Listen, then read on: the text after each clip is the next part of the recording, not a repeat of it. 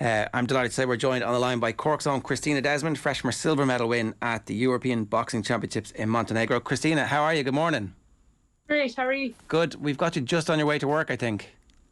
No, I am going to work in about an hour or two, but I finished this morning at about 4 o'clock, so I'm fairly tired now. I've only a few hours sleep in me, but I'll be fine. Well, listen, thanks very much for getting up to do this for us. You're a guard, so there was no rest for the wicked, straight back into it.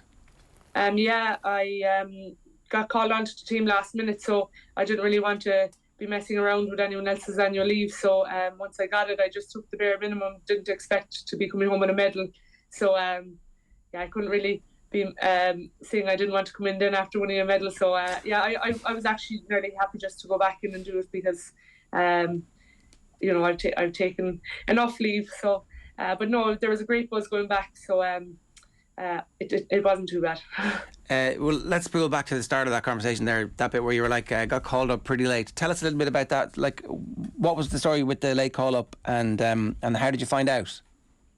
Yeah, so I actually have been on the high performance team since I was 16 or 17 off and on, but I went away and got a degree and came back, and then I went for the guards and I got the guards, and so I've been just off and on the team with a long while, and so last May I didn't get picked for the World Championships, so I went back to work full time, and I wasn't doing as much training as I should have been, or I wasn't going to Dublin training, and they were on to me all summer to come back to train and to keep competitive and all that, and I wasn't really in the mind frame, really, to be honest. My father was sick, and we had a lot to do between work and trying to travel home to him. So middle of September I got a call, would I be interested in coming on the team, as there was a space after coming up.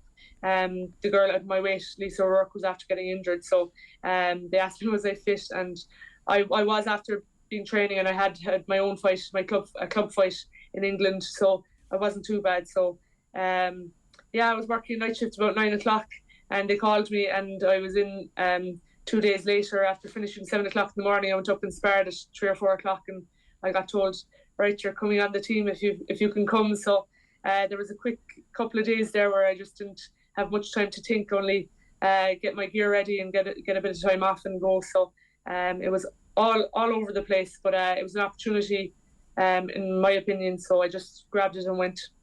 That's mad. Like, when you think about it, you go to European Championships and come home with a medal without what you would say is textbook preparation, and yet maybe you were ready for this, and maybe you didn't need to have the pressure or whatever it was. Maybe there was a freedom involved in, like, okay, well, here's a really big opportunity for me, I'm just going to go and grab it. I actually think that's what it was. There was a lot of heartbreak during the year. I felt I was hard done by in a lot of things, but I kind of, there was part of me like, should I do it? Why should I do it? I couldn't make an awful fool of myself going out there. It's boxing. You can't just get in the ring and I'm not disrespectful to it. You have to be ready to get in the ring. You're on your own in there, and I'm against elite athletes. They're all training full time. They're all funded. My teammates, most of them are funded as well, funded good money, and you're getting in the ring with world champions, European champions, Olympic champions, and you don't know who you're going to draw. So there was part of me very nervous, but there was part of me as well, like, why not? I wanted to get back into it. I missed it. It's hard to train when you don't have something to train for. So I just took it by the straight away, and I just went for it. But I actually felt great. I felt strong. I've never felt as strong in my life, or as fit. I just put the head down and trained hard, and I got far more than what I expected. It's funny, Tina, because I remember you talking about your disappointment at not getting to Tokyo, and I think your words at that point in time where everything happens for a reason, but clearly it's come around the other way now, and this has happened for a reason. Yeah, I do believe there's and I was training hard for the Olympics, and I was trying to still juggle the job and training at the time, as I had only just started. But for me, I needed to get a career. I'm very independent and headstrong, so I had to get a career, and I got it. And now it's all kind of falling into place. So I'm happy that I did that. Sport is such a up and down. There's so many things can happen. No one really understands how hard it is at elite level. Even my own family don't understand. We were actually all laughing last week. If our families and friends knew what we go through in competition, they'd be checking us in somewhere, I'd say, because it's absolutely crazy. The mind games and what the mind can do. But it's look, everything does happen for a reason. I fully believe that. And something happened last week, and I not have to take it all in yet. But I'm very happy. Can you go back to that bit where you were involved in the elite camps and training kind of basically since you were a late teenager? When did you make the decision that you did want to go off and also have a twin track career? Because so many athletes decide that you want to be entirely an athlete and you've got to give everything to it, and actually the rest of the world can wait. But frequently we find that in retrospect people get their best results when they have the security and also the outside interest of something else. In your case it was your degree, and now subsequently it's like a really hard, grueling, important day job as a guard. I definitely feel like there's a lesson there to be learned for a lot of people, like not just to be one thing and put all your eggs in the basket of being an athlete, while at the same time not paying attention to the rest of your person and your individual. Yeah, well, to be fair, we would always be driven to do our best by our parents, so my parents at home, so I kind of had to, I wanted to. And to be fair, my father wanted me to do the full-time role after a while. He seen the potential in me, and he asked me, the guards will be there in time, the degree will be there in time, just you can do the training and I'll back you 100%. He was willing to do that, but I just wanted, I don't want to be down the line after a fight going the wrong way, and I have to retire with no money, no backing, no savings, so that's all what I was thinking. When I was 2021, I thought I was nearing retirement age. I needed to get my life on the road and I needed to get going, so that was what the pressure was for me. And full-time athlete is very, very hard, and there's a lot to it. People think it's just simple training, but I actually can't stay still. I have to be doing something all the time, and I give out that I'm too busy, but I enjoy it. I absolutely love doing what I do, and I love showing other young boys and girls, especially girls, that you can do what you like, and you can do a man's job. In my opinion, the guards is a man's job, and in my opinion, boxing is a man's sport. So I'm a bit like that. As I said, independent. I need to be different. So that's probably the driving factor. Those driving factors, Tina, as well. Like when you're living out of a bag between, I guess, Waterford and Cork, and then the High Performance Centre in Dublin over the years, and then you come back in, say, to Dublin Airport, a few days ago, and then you're down at national schools and handing your medal around to young kids. That must make all those moments of toil and sweat and torture worth it. Yeah, like it really is. For me, it was my family in the airport. They came up from Cork for me, so my partner was supposed to collect me, Jetty. He was coming up, and I told him to stay at home because I didn't want to come in from Cork. But when I seen him, it was all worth it. So it was. When you were younger, was boxing always? I know you would have probably played other sports as well in Gaelic football, and you have a twin brother who plays Gaelic as well. Was it his influence? Did you kind of tag along with your twin to boxing when you were younger, or how did it all begin? Yeah, that's how it started. Michael, my twin, we're best friends, so whatever he did, I had to do, and I had to do it better. So that was it. He started for fitness for the GA, and I followed, and I begged and begged. I said, please, can I box? And it was my father's first cousin, John Desmond. He was like, not a chance, no women boxing, that's it, you're not to boxing. And eventually I got in, and the first year I boxed, I won an Irish title, and it just went from there. I feel like that was only yesterday, to be honest with you, because it's flown since. That was 12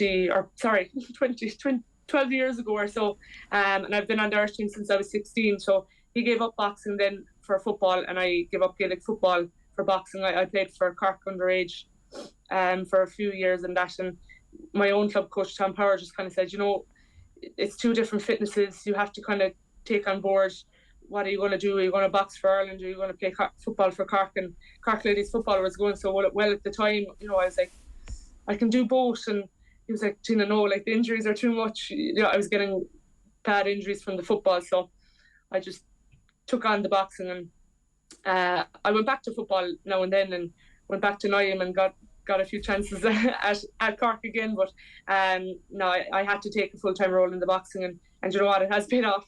He was right. It was worth taking it on. But I've joined the club since. I joined the club over COVID, the Ricky Rangers here in just outside Dungarvan, just for the fun of it. And I absolutely love that, because it's a bit of a break from the boxing, and it's a social aspect of it. Sometimes in the elite level you don't really have as much fun, or it's not as laxy-daisy or easy going, but you have to have the fun side as well, really. 100%. You're from the Gaeltacht, is that right? Yeah, that's it. Yeah, Killamartyr and Musgrave Gaeltacht, so it is. Right. Well, I mean, TG Carr have obviously massively ramped up their coverage of boxing. Yeah, I'm sure they're always looking for Gaelgoers who can do a bit of boxing analysis. So there's a career in the media for you as a sideline, as a side hustle whenever you're finished. What's next? Like, does this change your plans for the future now that this whole thing has happened over the last couple of months?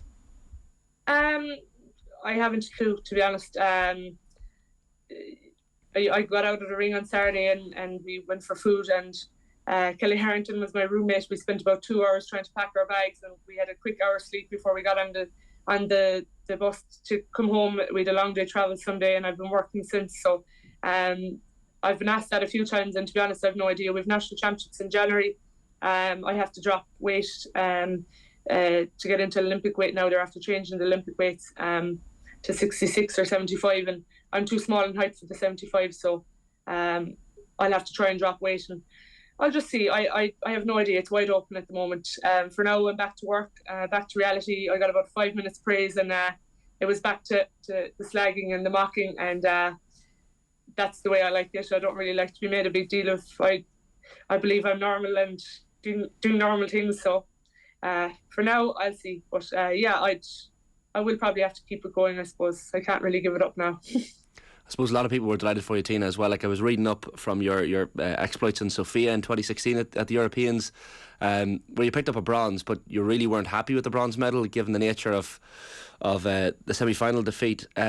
Like, I know you called it, I think, contentious at the time. You were quite clearly the better fighter, according to a lot of the pundits who watched the fight. So I know that must have been a frustrating thing for you at the time, and probably.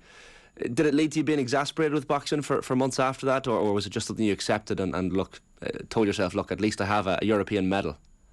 Yeah, look, these things happen. It happens in every sport, and boxing does have a bit of it. It's after getting better somewhat, but yeah, it probably did. I can't really remember what I felt like I did after the fight, but you know, you just get back into training, you shake it off. We're both in there at the end of the day, and you know, some people can see different things, so I won't hold it against anyone.